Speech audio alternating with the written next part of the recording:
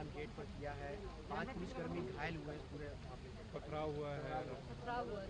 देखिए, तो high court के ऑर्डर है और हाई कोर्ट के ऑर्डर की तमील की जा रही है, क्योंकि हाई कोर्ट की डायरेक्शन इस पे ज़्यादा तो मैं और क्या बोल सकता हूँ, लेकिन जो ऐसे उत्पाद कर रहे हैं वो गलत है। उसके ऊपर पुलिस ने अपनी जो कार्रवाई करनी है, लेकिन हाई कोर्ट का ऑर्डर हो या सुप्रीम का ऑर्डर हो, उसकी तामील करना तो पुलिस का और सरकार का फर्ज बनता है।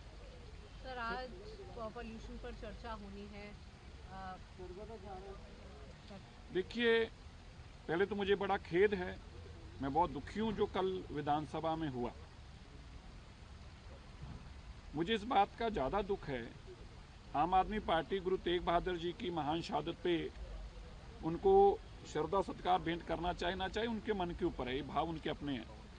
लेकिन जब ऐसे पूरी विधानसभा के अंदर सरकार से लेके, मुख्यमंत्री जी से लेके, मंत्री से लेके सभी सत्ता पक्ष के एमएलए गुरु तेग बहादुर जी पे चर्चा कर रहे हैं, उनको उनकी धार्मिक यात्रा की जानकारी दे रहे हैं और अपनी श्रद्धा उनके प्रति भाव अर्पित कर रहे हैं, ऐसे में जो बहुत ही दुखदाई अल्फाज कहे गए, जिन मैं बार बार कह रहा हूँ कि वो अल्फाज आज को विधानसभा में हमने अध्यक्ष जी से कल आग्रह किया था वो सुनाएंगे तो आप लोग जरूर देखें कि क्या गुरु तेग बहादुर साहिब जी की जब बात हम कर रहे हों और ये कही जाए कि उनकी वाहवाह कर रहे हैं, उसकी वाहवाह के खिलाफ जो अल्फाज बोले गए वो इतने पीड़ाजनक हैं, वो इतने दुखदाई हैं, वो इतने बुरे हैं कि उनको ना तो मैं बोल पा रहा हूँ और ना ही मेरे से वो सुनने की क्षमता है जो उन्होंने किया है। मैं इसके लिए फिर से जहाँ आज कड़े शब्दों में निंदा करता हूँ, मुझे उम्मीद है कि आज अध्यक्ष जी इसके ऊपर जरूर संज्ञान लेंगे, वो वीडियो भी उनके जरूर सुनाएंगे सबको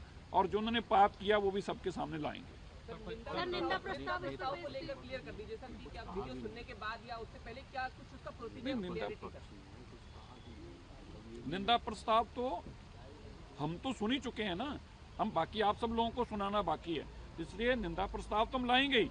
लेकिन जो उन्होंने पाप किया, मुझे हैरानी की इस बात किया, अभी तक भी उनकी तरफ से 2 अल्फाज भी नहीं बोले गए। मतलब बड़ी दुख की बात है। पहले आप सोचिए कि गुरु तेग बहादुर जी कोई किसी एक धर्म के, कोई एक किसी कित्ते से जुड़े तो नहीं है।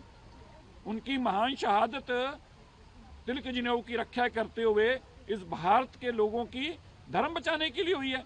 ऐसे में पहले तो आप सोचिए कि विपक्ष की नेत्री उस पर कहें कि मैं तो इस पर बोलना नहीं चाहती। आप सबसे इससे बड़ा गंभीर मुद्दा क्या हो सकता है? और फिर उसके बाद जो बोला गया वो इतने अपशुद्ध बोले गए कि मैं फिर से कहना चाहता हूं कि आप खुद ही सुनिएगा, आपको खुद को कितनी पीड़ा होगी, तब आपको एहसास होगा जो उन्होंने बोला है। सर, जेएनयू को लेकर के भी दिल्ली पुलिस को शिकायत दी गई है। देखिए, जेएनयू वाले केस में तो डेफिनेटली मुकदमा दर्ज होना चाहिए।